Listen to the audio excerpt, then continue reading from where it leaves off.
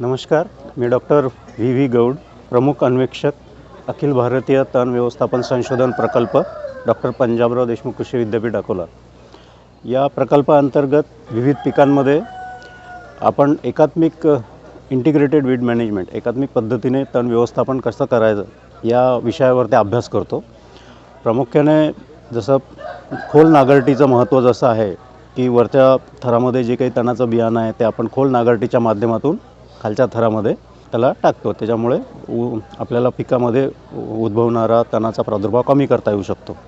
पेरणीपूर्वी पासा मारून पेरणे, घाई न करता पेरणीची, पाऊस पडल्यानंतर जर पास मारून पेरणी केली तर आपण त्या माध्यमातूनही मोठ्या प्रमाणात तणाचं व्यवस्थापन करू शकतो.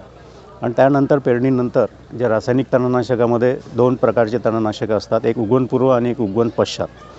त्यामध्ये इथे आपण दाखवलेलं आहे की विविध पिकांमध्ये आपण शिफारसी केलेल्या आहेत जे उपलब्ध तणनाशकांचा अभ्यास करून.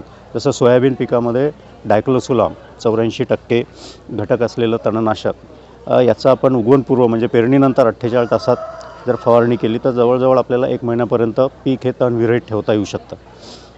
जर आता शेतकऱ्यांच्याकडून बहुतांशी प्री इमर्जन्स किंवा उगवणपूर्व तणनाशकाचा वापर हा कमी केला जातो, कारण पेरणीची लगबग असल्यामुळे शेतकऱ्यांना मजुरांचा अभावाअभावी या तणनाशकाचा वापर हे अल्प करतात.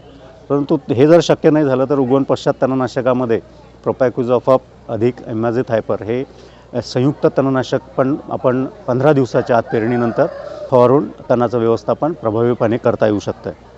तसंच कपाशी, भुईमूग, मका, गहू या पिकांमध्ये आपण शिफारसी दिलेल्या आहेत. विविध उपलब्ध असलेल्या तणनाशकामध्ये प्रभावी तणनाशक आपण अभ्यास करून त्याची शिफारस करण्यात आलेली आहे. कपाशीमध्ये पेंडेमिथॅलिन तणनाशक आपण उगवणपूर्व 48 तासात वापरून, त्यानंतर पॅराक्वाट डायक्लोराइड हे बिननिवडक तणनाशक हुड लावून, अशा प्रकारचं हुड लावून आपण फवारणी करता येऊ शकते 2 फटीच्या मधामध्ये स्प्रेला लावून. तसंच भुईमुगामध्ये इमॅझिथायपर इमॅझेमॉक्स हे उगवण पश्चात तणनाशकाचा वापर करता येऊ शकतो. भुईमुगामध्ये डायक्लोसुलाम तणनाशक पण आपल्याला उगवणपूर्व म्हणून वापरता येऊ शकते. आणि मक्यामध्ये आपण गेल्या वर्षी एक शिफारस दिलेली आहे टोप्रामेझॉन तणनाशकाची. उगवण पश्चात 25 दिवसानंतर पेरणीनंतर फवारणी करून आपण दोन्ही प्रकारचे रुंद आणि गवतवर्गीय तणाचं व्यवस्थापन प्रभावीपणे करता येऊ शकते.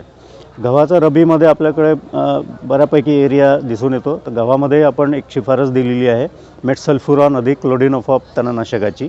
हे संयुक्त तणनाशक 25 दिवसानंतर गव्हा पिकामध्ये फवारल्यानंतर रुंद पानाचे गवतवर्गीय दोन्ही, गाजर गवत आहे, कृष्णनीळ आहे, चांदवेल आहे, ह्या सर्व तणांचं प्रभावीपणे व्यवस्थापन पाहायला मिळतं.